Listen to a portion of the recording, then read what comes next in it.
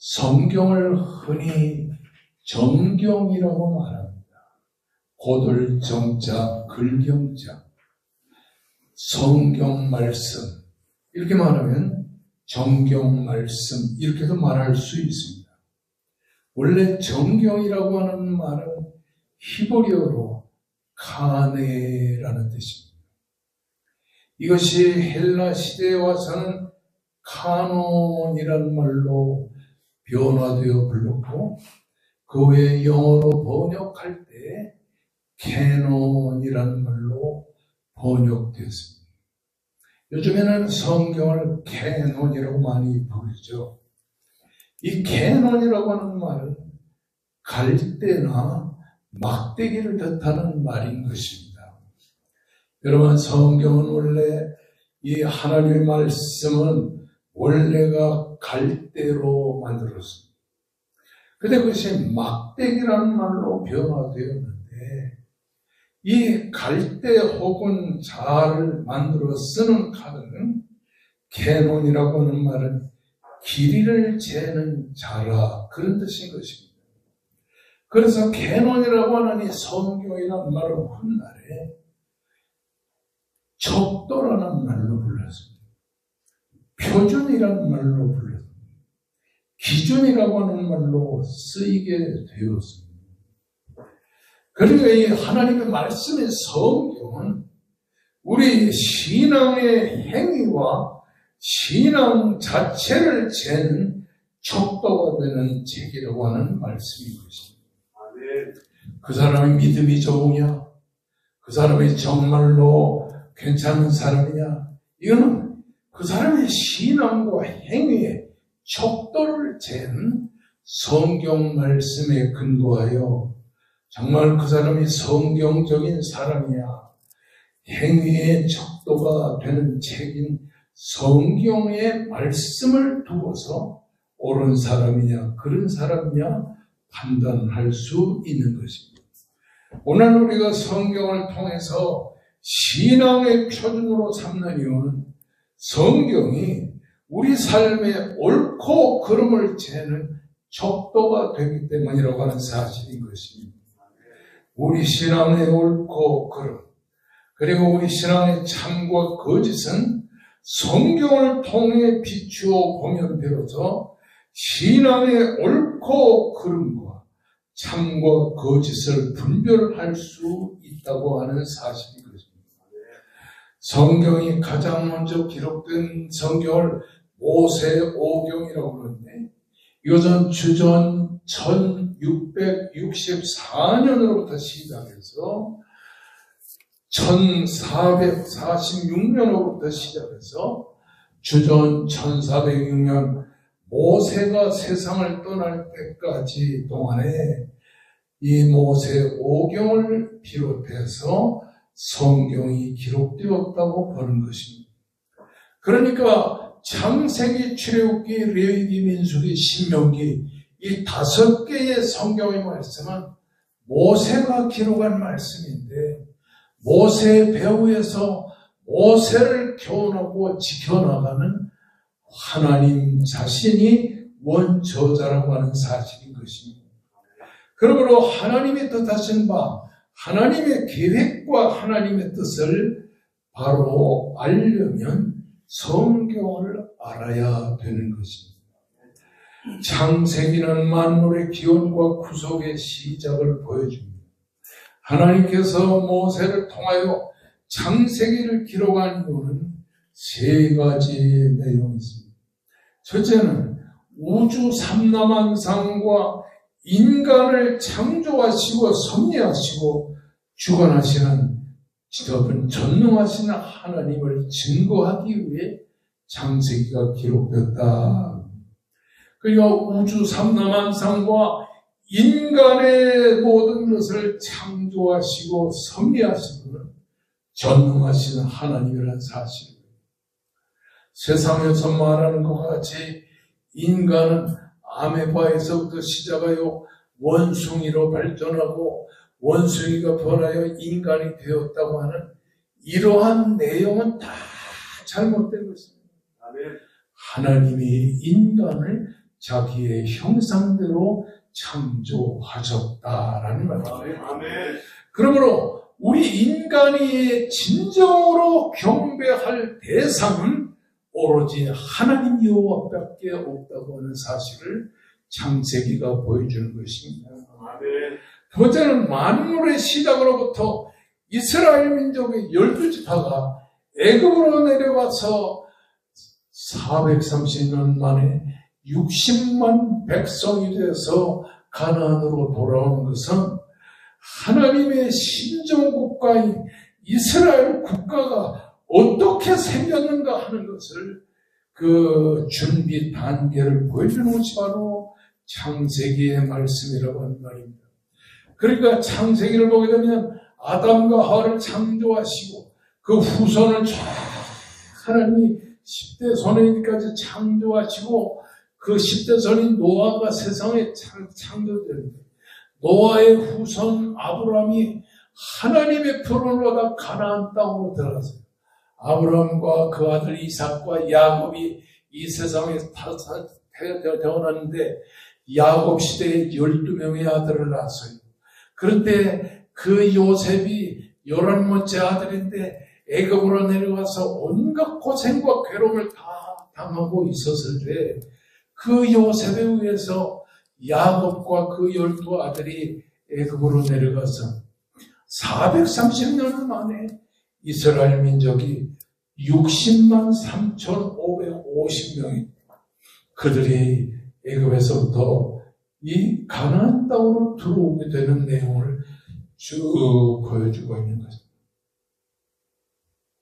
그러니까 이 창세기의 중요한 내용은 그 60만 이스라엘 백성이 하나님의 신정국가의 백성이 되는 준비를 애굽에서 하게 된 것을 보여주는 것입니다.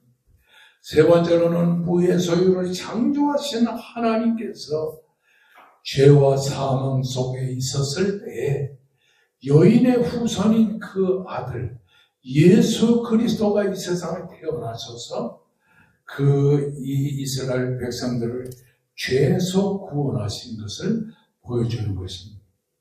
자, 따라하십시다. 창세기는 따라하십시다. 창세기는 세상을 창조하시고 인간을 창조하신 분은 하나님이시다. 그러므로 우리는 그 하나님을 섬겨야 된다. 그 창세기가 보여주는 게 그것이에요. 두 번째 보여주는 건 뭐냐니 우주 삼라만상으로부터 이스라엘 민족의 12지파가 애굽으로 내려가서 430년 만에 애굽에서 가나안으로 들어오는 모든 내용을 우리에게 소개해주고 있는 거죠. 세 번째는 무의 소유를 창조하신 생명의 하나님께서 타락한 인간을 죄와 사망에서 구속하신 것은 예수 그리스도를 통해 구속했다는 것을 보여준 것입니다. 그러므로 창세기 3장 15절의 말씀 보면 여인의 후손으로 태어날 예수 그리스도를 창세기에 암시하고 있는 것을 보게 되는 것입니다. 창세기는 하나님이 계신가 안 계신가 하나님의 존재를 강조하지를 않습니다. 창세기는 존재하신 하나님께서 이 세상을 창조하시고 구원하시는 하나님의 신적인 사역을 우리들에게 보여주고 있다고 하는 사실인 것입니다. 이것을 보여주는 창세기의 말씀이 여러분 잘 아는 창세기 1장 1절의 말씀이죠. 태초에 하나님이 천지를 창조하시니라. 여기서 주목할 사실은 태초에라는 이 시간의 개념이 하나님이라는 말씀보다 앞서 나가는 거예요. 원래 히브리 사람들의 생각은 하나님이 태초에 천지를 창조하시니라 이렇게 기록되어야 될 텐데 성경은 그렇게 말하지 않고 태초에 하나님이 천지를 창조하시니라. 여기 태초라고 하는 말은 베레시트라고 하는 말입니다. 한 처음에라는 말이에요.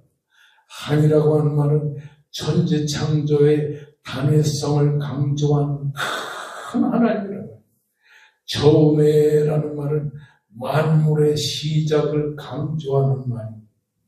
그러므로 태초에라는 말은 역사의 시간의 시작을 의미합니다. 영원 자존하신 하나님, 그 하나님은 영원 자존하신 분인데 영원히 홀로 계시는 하나님이 어느 날 시간을 창조하셨어요. 그리고 그 시간을 창조하신 이후에 하나님은 천지를 계속해서 창조해 나가는 것을 보게 됩니다. 태초에 하나님이, 여기에 하나님이라는 말은 엘로힘이라고 하는 고유명사입니다. 하나님이라는 단어는 여러 가지가 있는데 그 중에 엘로힘이라는 말은 이 세상 전체의 하나님이라는 말을 강조합니다. 신자와 불신자를 어울려서 이 엘로힘의 하나님을 말합니다. 근데 중요한 것은 엘로힘이라고 하는 말은 복수로 되어 있어요. 원래 엘로힘이라는 말은 단수인데, 그런데 엘로힘이라는 말은 존귀와 장엄하신 표현을 나타낼 때 복수로 쓰는 것이 히브리 사람들의 독특한 관습입니다. 실제적으로는 단수이면서 이 천지를 창조하신 하나님을 강조할 때는 존귀하고 장엄하신 하나님이라고 장엄하신 복수형을 쓰고, 그러므로 창세기 1장 1절에 성경이 강조하고 있는 엘로힘이라고 하는 말은 삼위일체 하나님이 천지를 창조하신 것을 강조하고 있다고 하는 말씀인 것입니다. 여기서 삼위일체 하나님은 위는 셋이지만 하나님은 한 분이라는 것을 강조하고 있는 신비한 은혜의 말씀인 것입니다. 이 창세기의 말씀에 삼위일체 하나님을 이끌어서 여호와 하나님이라 하지 않고 엘로힘이라고 합니다. 그러니까 성부 하나님, 성자 하나님, 성령 하나님을 삼위일체 하나님이라고 하는데 이 삼위일체 하나님이 천지를 창조하셨다. 그런데 창세기 1장 26절의 말씀을 보게 되면 삼위일체 하나님의 그 천지 창조를 두고 이렇게 말했어요. 하나님이 이르시되 우리의 형상을 따라 우리의 모양대로 우리가 사람을 만들고 그로 바다의 물고기와 하늘의 새와 가축과 온 땅과 땅에 기는 모든 것을 다스리게 하자 하시고, 거기 보면 창세기 1장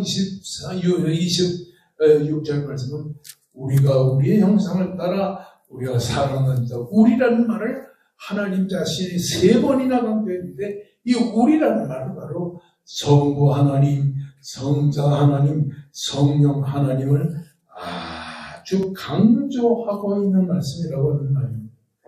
천지를 창조하신 하나님은 성부 하나님만이 아니라 성자 하나님, 성령 하나님이 합심하여서 협력하여서 천지를 창조하셨다고 하는 사실인 것입니다. 아멘.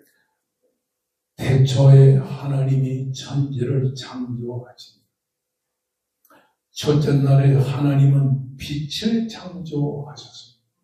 빛이 있으라 하매 빛이 있었고, 둘째 날에 가서는 하나님은 하늘을 창조하시는데 그 하나님께서 하늘을 창조하실 때 하늘 위에 물들과 하늘 아래의 물들을 나누시면서 그 둘째 하늘에 그것을 하늘이라 칭하셨다. 셋째 날에는 하나님이 땅과 바다를 창조하셨습니다. 땅은 그 각 종류대로 채소와 씨 가진 열매를 맺는 나무를 내셨습니다.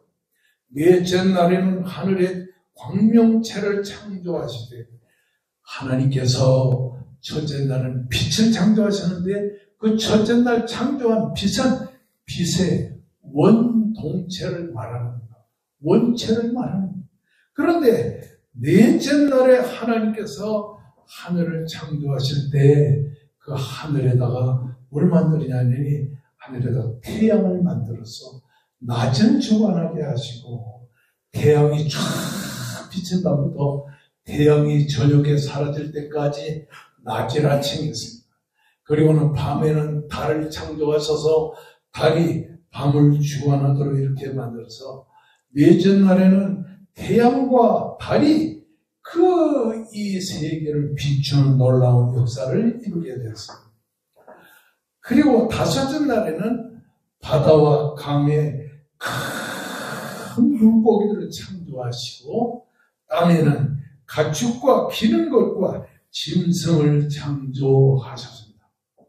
여섯째 날에 하나님께서는 자기의 형상을 따라 우리 인간을 창조하셨다라고 하는 말입니다. 여러분. 따라하십시다. 첫째 날에는 빛을 창조하시고 둘째 날에는 하늘을 창조하시고 셋째 날에는 땅과 바다를 창조하시고 땅에는 채소와 씨 가진 열매를 창조하시고 넷째 날에는 하늘의 태양과 달을 창조하시고 다섯째 날에는 물고기를 창조하시고 다음에는 가축과 기는 것과 짐승을 창조하셨다. 신학교에 들어가면 조직신학 시간에는 이 엿새 동안에 창조한 걸 꼭 시험에 나게 되어 있습니다. 여러분, 창세기 1장 1절부터 계속 반복되어 나오는 것을 무슨 단어냐니 창조하시니라. 창조라는 말이 창세기의 1장과 2장에 반복적으로 기록되어 나오는 걸 볼 수가 있습니다.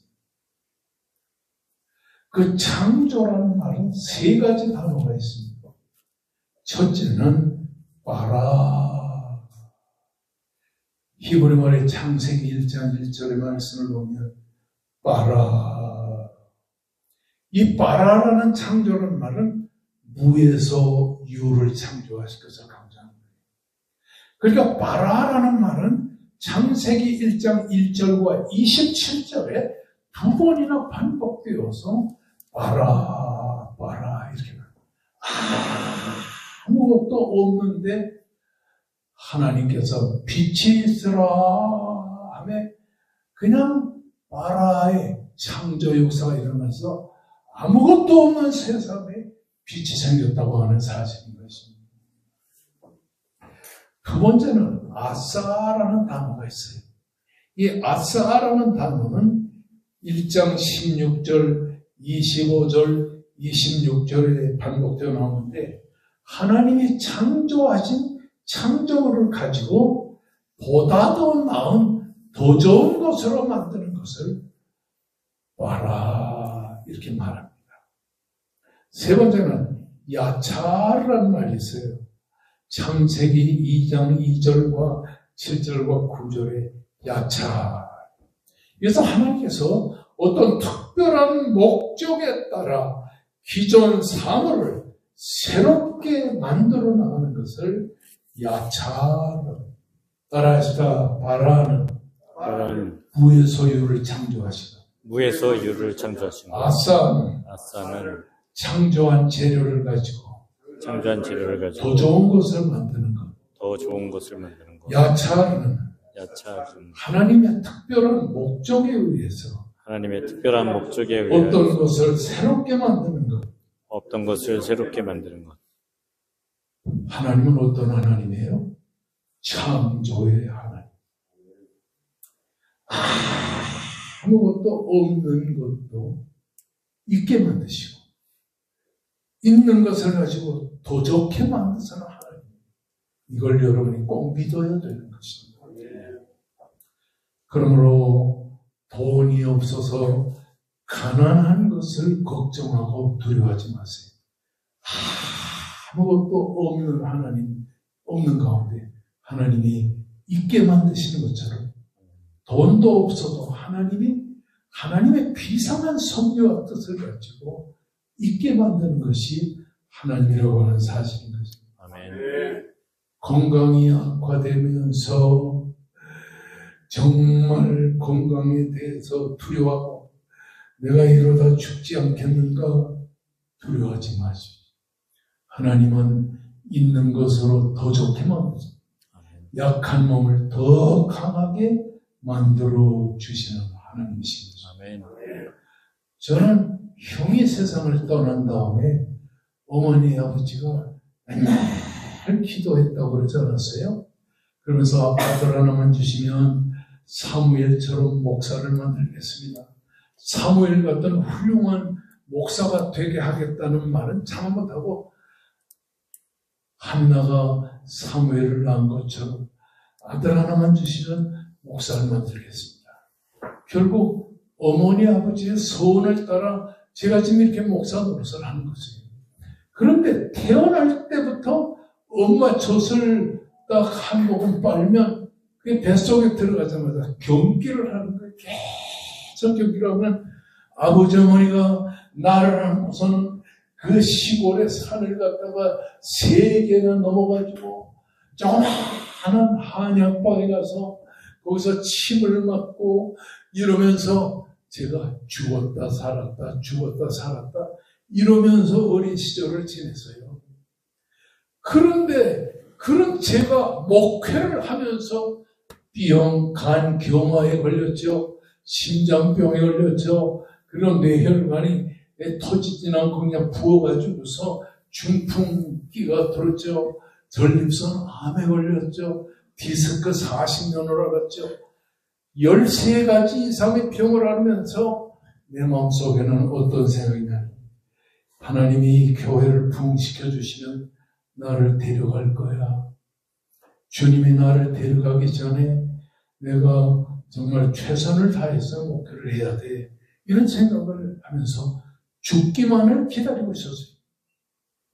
그런데 그렇게 하면서 제가 은퇴를 해가지고 백합전원교회 이렇게 목회를 하고 여러분을 만난 지금 비용 간염은 싹 없어졌어요. 이 간염이라는 건 낫는 게 아닙니다. 이게 싹 없어졌어요. 몇 살이 없어졌냐? 67세에 없어졌어요. 황 집사님 걱정하지 마세요. 지난 2주간 동안도 날 죽는 생각만 했죠. 이게 싹 없어졌어요. 심장병이 없어졌어요. 전립선암도 치료가 됐어요. 디스크가 있어가지고 주일날이면 자리에 누워있다가 그때 예배를 7번 드렸습니다. 주일날. 일부 예배드리고 설교하고 들어와서 자리에 누워있으면 집사람이 이렇게 수건 갖다가 젖어가서 그걸 갖다 내 얼굴에 이렇게 닦아줘. 2부 예배, 3부 예배, 4부 예배까지 드리고 점심을 일어나서 캬 먹고 또 누워있다가 5부 예배 드리고 저녁 드리고 청년 예배는 그 당시에 청년이 2,400명이 나왔는데 청년 예배 1부, 2부 저녁에 예배 드리면 청년들이 그냥 꽉 차가지고서 예배 드리고 그리고 저녁에 들어와서는 아이고 하나님 이제 내가 어떻게 하면 이 병이 낫겠습니까? 병원에 가니까 의사 선생님이 저를 진료하더니 목사님의 이 디스크는 치료할 시간이 넘어가서 못 고칩니다. 그러니까 아픈 대로 사십시오. 아 정말 의사가 아픈 대로 사는 의사가 어디 있습니까? 그렇게 고생을 했는데 그래도 수술을 못한다면서 수술 못하고 있는데 제가 지금은 어떻게 됐냐?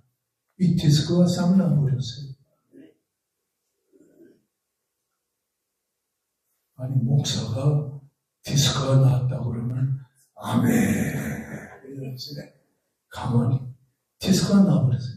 아픈 데가 없어요.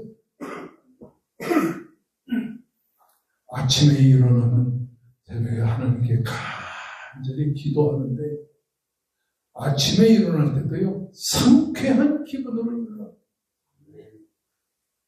여러분, 돈이 없다고 걱정하지 마세요. 몸이 아프다고 걱정하지 마세요. 하나님은 여러분을 창조의 손길로 치료해 주시고 이끌어 주시고 함께 해줄 것입니다. 맨 처음에 개척할 때 먹을 게 하나도 없고 교회에서 쌀도 주지 않고 집도 주지 않고 그리고 교회에서 월급도 안 주고 그러면서 죽을 거 생각할 때 밤중에 나가서 엎드려 기도해. 하나님 아버지, 수년 내에 교회를 부흥케 해주세요. 그때는 교회가 부흥해야 먹고 살 것 같더라고요. 근데 5개월 만에 5만 원을 주더라고요. 그거 가지고서 쌀 사가지고 밥을 해먹고 애들 교육시키고 과외 공부시키고 하는 건 아예 꿈도 못 꾸고. 그런데 애들이 다 잘 돼가지고 지금은 정말 은혜 가운데 있게 되었습니다. 하나님 안에는 모든 것이 다 들어있습니다. 창조의 하나님 안에는 우리의 건강과 우리의 물질과 우리의 삶의 모든 것이 하나님 안에 그대로 들어있다는 사실을 믿으시기를 주의 이름으로 축원합니다. 그러므로 돈을 붙들고 살아서는 안 됩니다. 내 몸의 건강을 붙들고 살아서는 안 됩니다. 자식을 의지하고 살아서는 안 됩니다. 우리는 하나님을 붙들고 세상을 살아야 될 줄로 믿습니다. 그러면 하나님은 어떻게 세상을 창조하셨습니까? 하나님은 말씀으로 세상을 창조하셨습니다. 창세기 1장 3절의 말씀을 보면 하나님이 이르시되 라고 기록되어 나옵니다.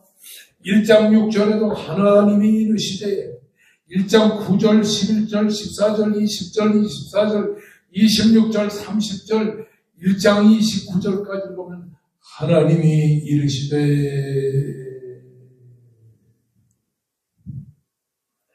능력의 하나님이 빛을 창조하시고 태양을 창조하시지 능력의 하나님이 자신의 능력을 가지고서 행사하여 세상을 창조하신 것이 아니라 거기에 하나님이 이르시되는 말이 10번이나 반복되어 나오는데 그 이르시되라는 말은 옛날 성경에는 가라사대라고 했는데 요즘 현대인들이 너무 가라사대라는 말이 무슨 말인지 모르니까 성경을 번역할 때 하나님이 이르시되 이렇게 새롭게 번역했습니다. 그 하나님이 이르시되라는 말은 히브리 말에 아마르라는 말입니다. 아마르. 그래서 하나님의 행동을 강조하는 말씀입니다.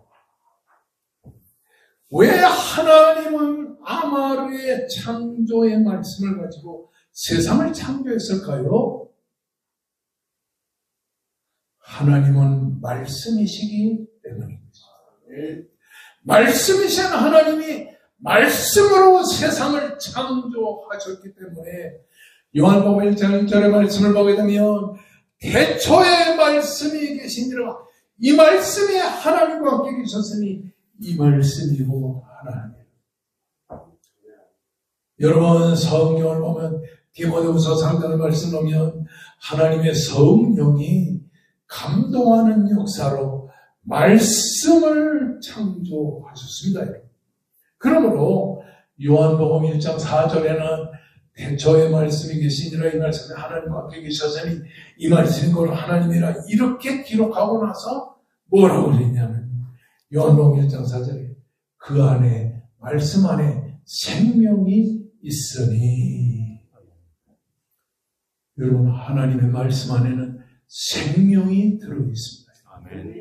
그러므로 말씀을 읽고 말씀을 묵상하고 말씀을 사모하면 그 말씀을 읽는 가운데 하나님의 생명이 내 마음속에 들어오게 된다고 하는 사실입니다. 할렐루야. 그러면 하나님의 말씀이 역사하는 곳에는 생명의 역사가 일어난다고 하는 사실을 믿으시기를 바랍니다. 아멘. 하나님의 말씀은 하나님의 능력과 행위. 오늘도 하나님은 말씀으로 역사하는데 말씀으로 역사하실 때 말씀 속에 있는 생명이 역사를 일으키는 놀라운 은혜와 사랑을 베풀어 주신다는 사실을 믿으시기를 주의 이름으로 축원합니다. 아멘. 말씀 속에는 생명이 있고 말씀 속에는 성령의 강력한 역사가 있어 대체로 세 가지 역사를 일으킵니다. 첫째는 그대로 됩니다. 빛이 있으라 하며 빛이 있었고 빛이 있으라는 창조의 말씀이 들려질 때에 그대로 되는 놀라운 역사가 일어납니다. 여기 그대로 되니라고 하는 말은 틀림없이 되니라, 명한대로 되니라, 확실히 되니라.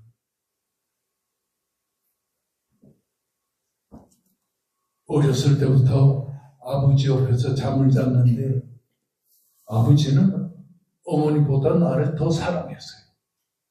그래서 야 자연아 이리 와서 내 옆에서 자라. 그러면 간절히 기도하고 성경을 가슴에 이렇게 갖고 주여 주여 하다 주무시더라고요. 그걸 어려서부터 봤기 때문에 나는 아버지 같은 신앙은 없지만 나도 성경을 항상 책가방 속에 넣고 다녔어요. 학교 가서 싸움도 하고 고등학교 2, 3학년 때는 대학생 나오고 그냥 싸움도 하고 얻어 터지고 때리고 이런 싸움을 많이 했는데도 책가방 속에는 항상 성경을 별로 읽지도 않으면서 가끔가다 성경을 읽고 그런데 그 성경 말씀이 내 속에 들어와서 싸우던 내가 싸움을 하게 돼요. 지금도 이 하나님의 말씀이 내 속에 역사하면서 여러분 성경 말씀대로 살면 그대로 되는 역사가 있습니다. 네. 틀림없이 되는 역사가 있습니다. 할렐루야. 네. 할렐루야. 아멘. 그대로 되는 역사만 있는 게 아니에요. 그러나 하나님의 말씀 속에는 하나님이 보시기에 좋았더라. 하나님이 세상을 창조할 때, 말씀으로 창조하실 때 하나님이 보시기에 좋았더라. 만족한 역사가 일어나게 된다고 하는 사실입니다. 우리 인생의 삶은 돈으로 사는 것도 아니고 명예로 사는 것도 아니고 제가 잘 아는 목사님은요 죽을 때 돈을 얼마 가지고 있었냐니 6천억 목사님이 6천억을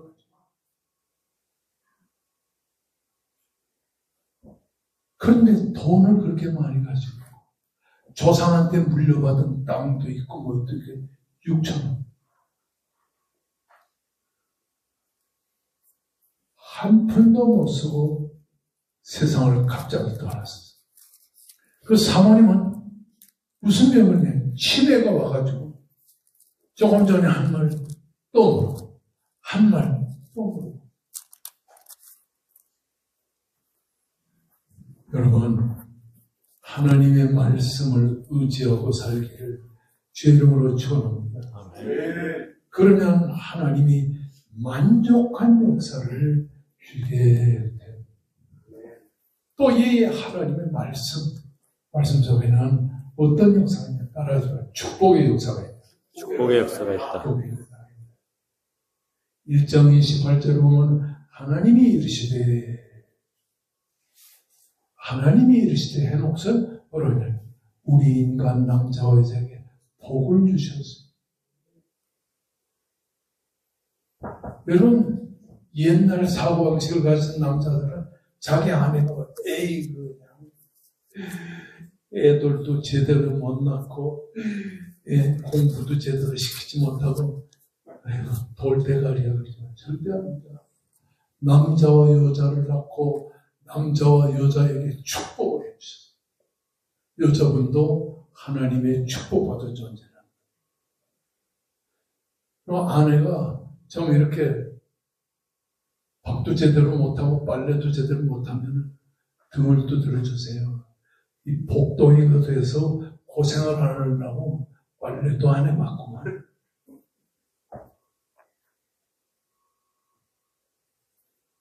하나님이 남자와 여자를 창조하시고 그들에게 복을 주시되 그들에게 이르시되 생육하고 번성하여 땅에 충만하라. 땅을 정복하라. 하늘의 새와 공중의 새와 그리고 바다의 물고기와 땅의 짐승들을 다스리라. 이렇게 우리 인간은 복받은 존재. 그러므로 하나님이 복 주신 우리 인간은 복받을 생활을 살아야 돼요. 창세기 12장 1절 말씀을 보게 되면 하나님의 아브라함에게 이르시되 너는 너의 본토 친척 아비집을 떠나 내가 네게 지시할 땅으로 가라. 그리고 너는 복의 근원이 될지라. 그런데 새로 번역한 우리 성경 뭐라냐면 아브라함에게 하나님이 너는 복의 근원이 될지라 그러지 아니요. 너는 복이 될지라. 우리는 다 복덩어리입니다. 여러분 아침에 세면을 하고 이를 닦고 얼굴을 닦고 있을 때 거울을 보잖아요. 그럼 거울에 나타나는 얼굴을 보고 이렇게 말하세요. 길자연 목사 너는 복덩어리야. 꼭 그렇게 하잖아요. 따라하십시다. 너는 복덩어리야. 공부를 잘하고 서울대 나오고 하버드대 나와가지고 살아도 그게 복이 아니에요. 우리 교회 권사님 한 분의 형은 서울대학 나오고 미국의 하버드 대학을 나왔어요. 박사예요. 근데 이 예수를 안 믿어요. 어머니가 그렇게 공부를 하는 것도 안 믿어요. 자기 욕을 믿어요. 60을 살고 그냥 어느 날 세상을 떠났어요.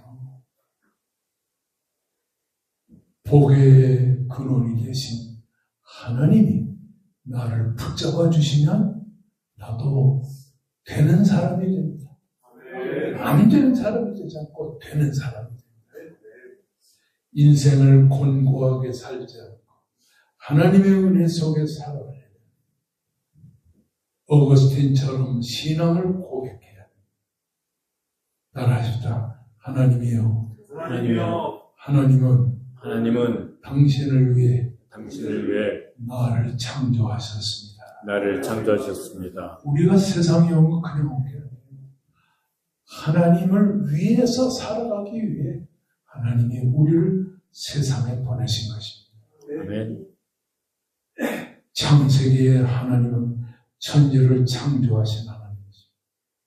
그의 아들 예수 그리스도를 통해서 우리를 죄와 사망에서 구속하시기 위해 이 세상에 예수를 보내신 하나님이십니다. 하나님은 우리에게 축복을 베푸시고 만족의 삶을 베푸시고 그리고 확실한 은혜의 삶을 주시는 놀라운 하나님이라는 사실을 믿으시기를 주의 이름으로 축원합니다. 아멘. 이제 우리 다 같이 하나님 앞에 간절히 기도할 때 지나간 3년 반 동안에 정말 코로나 바이러스로 말미암아서 무수천 고생과 괴로움을 당했지만 그러나 하나님의 은혜와 사랑과 우리를 지켜준 것 진심으로 감사를 드립니다. 오 전능하신 하나님이여 우리 임 목사님과 사모님을 건강 회복하게 해주시고 그리고 한국 장로님의 부인되는 정권사님을 치료해 주시고 송배우 집사님을 치료해 주시고 지난번 2주 동안 질병의 고통과 괴로움을 당했던 우리 황 집사님 피 묻은 능력의 손으로 깨끗이 치료해 달라고 우리 다 같이 죄 한번 소리질러 부르짖어 기도할 수 있기를 바랍니다. 주여 전능하신 하나님을 사랑하고 하나님의 영광을 위하여서 아버지